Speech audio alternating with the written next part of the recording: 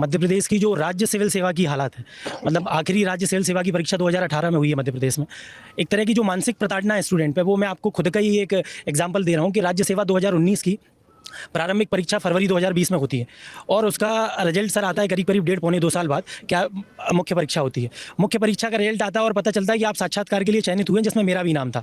फिर करीब 2 महीने बाद साक्षात्कार होने होते हैं और फिर पता चलता है कि असमंजस की स्थिति है। सरकारों ने कुछ नियम बनाए हैं और इन नियमों के चलते ये क्लियर नहीं हो पा रहा कि इंटरव्यू होंगे या नहीं होंगे। 8 महीने सर असमंजस की स्थिति रहती है। फिर आप माननीय आयोग कहते हैं कि साक्षात्कार नहीं होंगे, फिर से मुख्य परीक्षा होगी सबकी। क्यों? अब वो कुछ नियम सरकारों ने ऐसे बनाए कि उसकी वजह से सबकी फिर मुख्य परीक्षा होगी। लड़के कोर्ट में जाते हैं, फिर 3 महीने बाद पता चलता है कि सबकी मुख्य परीक्षा नहीं होगी, कुछ अतिरिक्त लोगों की मुख्य परीक्षा होगी। फिर सर वो जो पहली मुख्य परीक्षा हुई और जो अतिरिक्त लोगों की मुख्य परीक्षा हुई, उसको कंबाइंड करके एक रिजल्ट बनता है और उसमें ये पता चलता है कि फिर इसमें से कुछ लोग बाहर निकलेंगे मुख्य परीक्षा के। फिर पता चलता है कि ये जो रिजल्ट बना है उसके इंटरव्यू होंगे, जो कि इस साल 2023 में आयोजित हुए हैं। फिर पता रिजल्ट आया? फिर सर अभी पता चलता है 10 दिन पहले माननीय कोर्ट ने कहा कि उसमें जो लोग बाहर निकल गए थे नॉर्मलाइजेशन की मेथड में, उन लोगों के भी आप इंटरव्यू कराइए।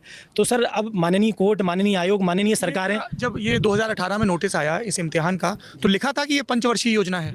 अब सर ये तो मतलब संभवतः सर किसी भी राज्य सेवा परीक्षा का ये हाईएस्ट टेन्योर होगा।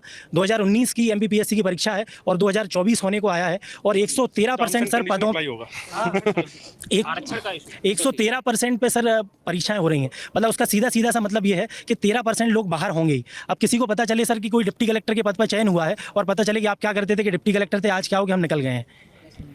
जी, क्या कह रहे थे आप? सर